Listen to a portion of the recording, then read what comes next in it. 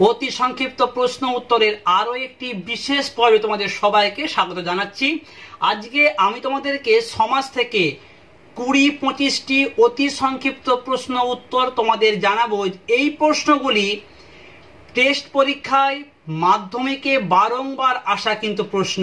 তোমাদের বলবো তোমরা এই প্রশ্নগুলি অবশ্যই খাতায় তুলে ভালো করে প্র্যাকটিস করবে।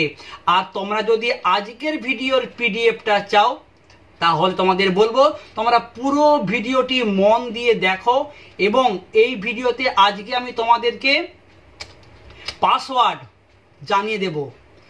সেই পাসওয়ার্ড দেখে তোমরা আমাকে আমার এই নম্বরেতে হোয়াটসঅ্যাপ করো, তোমাকে আমি অবশ্যই পিডিএফটা সেখানে দিয়ে দেব।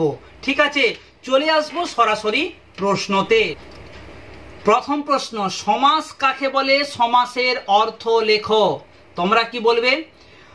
পরস্পর অর্থ সম্বন্ধযুক্ত দুই বা ততোধিক পদের একপদীকরণকে সমাস বলে। তোমরা বলবে যে সমাস কথার অর্থ হচ্ছে সংক্ষেপ বা সংক্ষিপ্তকরণ। তোমরা একটা উদাহরণ অবশ্যই বলবে যে সিংহ চিহ্নিত আসন সমান সিংহাসন। নেক্সট প্রশ্ন কি আছে? ব্যাসবাক্য কাকে বলে? ব্যাসবাক্যের অপর নাম কি? এই ব্যাসবাক্যের অপর নাম এমসিকিউতে বারবার আসে। যে বাক্য বা বাক্যাংশের মাধ্যমে সমাসবদ্ধ পদকে বিশ্লেষণ করা হয় তাকে ব্যাসবাক্য বলে। ব্যাসবাক্যের অপর নাম হচ্ছে বিগ্রহ বাক্য। 3 নম্বর প্রশ্ন, এই প্রশ্নটি তোমরা দেখবে টেস্ট পরীক্ষায় বিভিন্ন স্কুলে এই প্রশ্নটা বারংবার আসে, অত্যন্ত গুরুত্বপূর্ণ একটি প্রশ্ন। কি আছে না, বাক্যাশ্রয়ী সমাস কাকে বলে? যে সমাসের সমাসবদ্ধ পদকে আশ্রয় করে এক একটি বাক্যের অর্থ প্রকাশিত হয় তাকে বাক্যাশ্রয়ী সমাস বলে। তোমরা উদাহরণ দিবে যে বসে আঁকা হয় যে প্রতিযোগিতায় সমান বসে আঁকো প্রতিযোগিতা। উপপদ তৎপুরুষ সমাস কাকে বলে? না, উপপদের সঙ্গে কৃদন্ত পদের মিলনে যে সমাস হয় তাকে উপপদ তৎপুরুষ সমাস বলে।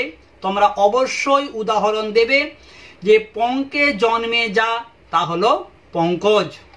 চলে আসবো পরের প্রশ্নতে। এই একটি প্রশ্ন ফাইনাল পরীক্ষায় এবং টেস্টে এবং দ্বিতীয় সাবমিটিভে কিন্তু অত্যন্ত গুরুত্বপূর্ণ। নিত্য সমাস কাকে বলে বা কোন সমাসের ব্যাসবাক্য হয় না?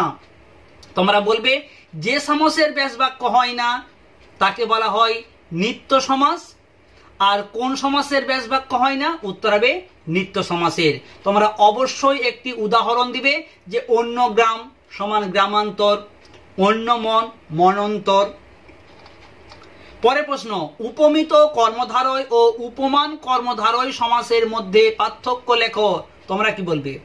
উপমিত কর্মধারয় সমাসে উপমেয় ও উপমান উভয়ে উপস্থিত থাকে, আর উপমান কর্মধারয় সমাসে কেবলমাত্র উপমান উপস্থিত থাকে।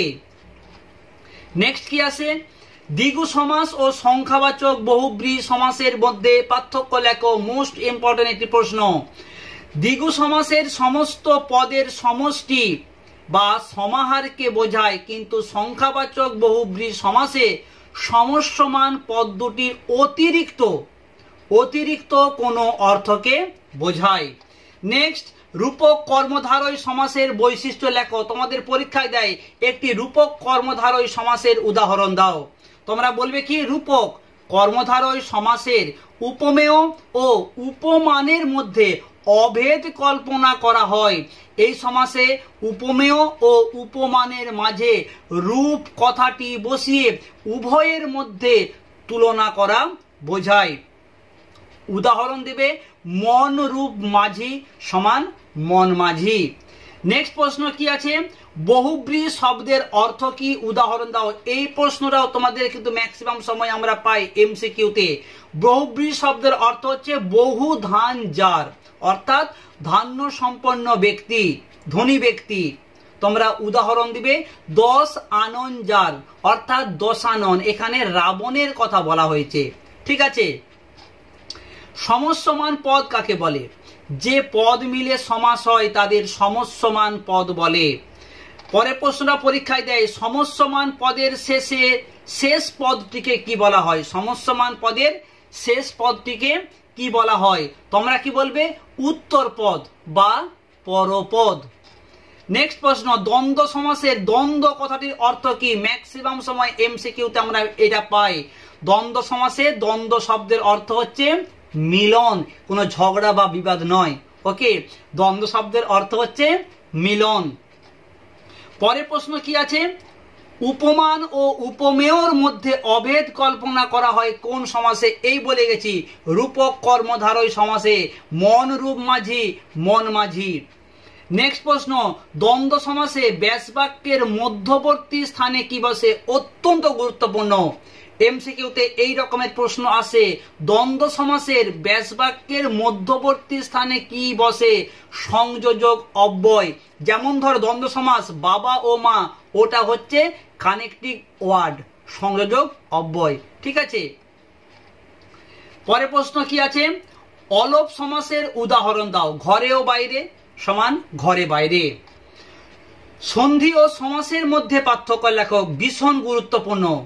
তোমাদের যে পরীক্ষাতে 8টি অতি সংক্ষিপ্ত প্রশ্ন এবং 8টি এমসিকিউ টাইপের প্রশ্ন পরীক্ষায় পড়ে, এই অতি সংক্ষিপ্ত প্রশ্নতে এই প্রশ্নটা কিন্তু ম্যাক্সিমাম সময় দেওয়া হয় যে সন্ধি ও সমাসের মধ্যে পার্থক্য লেখো। সন্ধি ধ্বনি বা বর্ণের মিলনে ঘটে, আর সমাস পদের মিলনে ঘটে। সন্ধি ও সমাসের মধ্যে একটা সাদৃশ্য লেখো, মিল কি আছে? সন্ধি ও সমাস উভয় ক্ষেত্রে কি করা হয়? সংক্ষিপ্তকরণ করা হয়। এই প্রশ্নটা ভীষণ গুরুত্বপূর্ণ, আমি তোমাদের বলবো বিশেষ করে উদাহরণটি। অ্যাক্সেস দ্বন্দ্ব কাকে বলে? উদাহরণ দাও। যে দ্বন্দ্ব সমাসের সমস্যমান পদগুলি সর্বনাম পদ এবং সমস্ত পদটি বহুবচন্ত সর্বনাম পদ, তাকে অ্যাক্সেস দ্বন্দ্ব সমাস বলা হয়। উদাহরণটা তোমরা খুব ভালো করে দেখে নাও। যেমন তুমি ও তারা সমান তোমরা, তুমি ও সে সমান আমরা। নেক্সট প্রশ্ন কি আছে? একটি উপমান কর্মধারয় সমাস ও উপমিত কর্মধারয় সমাসের উদাহরণ দাও। এই প্রশ্নটাও কিন্তু ভীষণ গুরুত্বপূর্ণ। তোমাদেরকে আমি বলবো যে আমি তোমাদেরকে একটা করে উদাহরণ দিয়েছি, তোমরা চাইলে এইগুলো বাদেও তোমরা কিন্তু লিখতে পারো। ওকে, কাজল কালো, কাজলের মতো কালো, উপমান কর্মধারয় সমাস। আবার কর পল্লব, কর পল্লবের ন্যায়, এটা হচ্ছে উপমিত কর্মধারয় সমাসের একটি উদাহরণ। অভাব অর্থে অব্যয়ভাব সমাসের উদাহরণ দাও। ভীষণ গুরুত্বপূর্ণ। উত্তর হবে কি? হা ভাতে, অর্থাৎ ভাতের অভাব। নেক্সট প্রশ্ন, নৈকট্য অর্থে অব্যয়ভাব সমাসের উদাহরণ দাও। উত্তর হবে উপকূল, কুলের সমীপে। ভীষণ গুরুত্বপূর্ণ। আজকের ভিডিওর পাসওয়ার্ডটা তোমরা দেখে নাও। পরের প্রশ্ন, দুটি বিপরীত শব্দযোগে গঠিত দ্বন্দ্ব সমাসের উদাহরণ দাও। দেখো, দুটি বিপরীত, দিনরাত হতে পারে, পাহাড় পর্বত, বাবা মা, ভাই বোন। ঠিক আছে, তোমরা দ্বন্দ্ব সমাসের উদাহরণ দিবে, বিপরীত হবে, যেমন দিন ও রাত্রি, ভাই ও বোন। ঠিক আছে, উত্তর হবে দিন ও রাত্রি, দ্বন্দ্ব সমাস। নেক্সট কি আছে? দুটি বিশেষণ পদযোগে গঠিত একটি কর্মধারয় সমাসের উদাহরণ দাও। এই রকমের প্রশ্ন কিন্তু ঘুরিয়ে দেওয়া হয়। কাঁচা মিঠা, কাঁচা অথচ মিঠে, সাধারণ কর্মধারয় সমাসের একটি উদাহরণ। শেষ প্রশ্ন দেখো তোমাদের জন্য আমি দিয়েছি, নির্লজ্জ, হাতাহাতি ও বিনা পানি। তোমাদের বলবো তোমরা এই প্রশ্নটার উত্তর কি হবে কমেন্ট করে তোমার নাম লিখে কমেন্ট করো। যে প্রথমে সবার সঠিক উত্তর দিতে পারবে, নেক্সট ভিডিওতে তার নাম আমি অবশ্যই ঘোষণা করব যে সমাসের সঠিক উত্তরদাতা নাম কি। তাই তুমি তোমার নাম লিখে এখনই কমেন্ট করে ফেলো, নির্লজ্জ, হাতাহাতি ও বিনা পানি ব্যাস বাক্য সহ সমাস কি হবে। কেমন লাগলো আজকের ভিডিও এই প্রসঙ্গে তোমাদের জানিয়ে দিই, তোমাদের সেকেন্ড সাবমিটিভের জন্য অলরেডি আমি সাজেশন ভিডিও পোস্ট করে দিয়েছি, ডেসক্রিপশন বক্সে লিংক আছে, অবশ্যই দেখতে অনুরোধ করব। আর আজকের ভিডিও যদি তোমার ভালো লাগে একটা লাইক করে দিও। সবাই ভালো থেকো, দেখা হচ্ছে পরের একটা ভিডিওতে।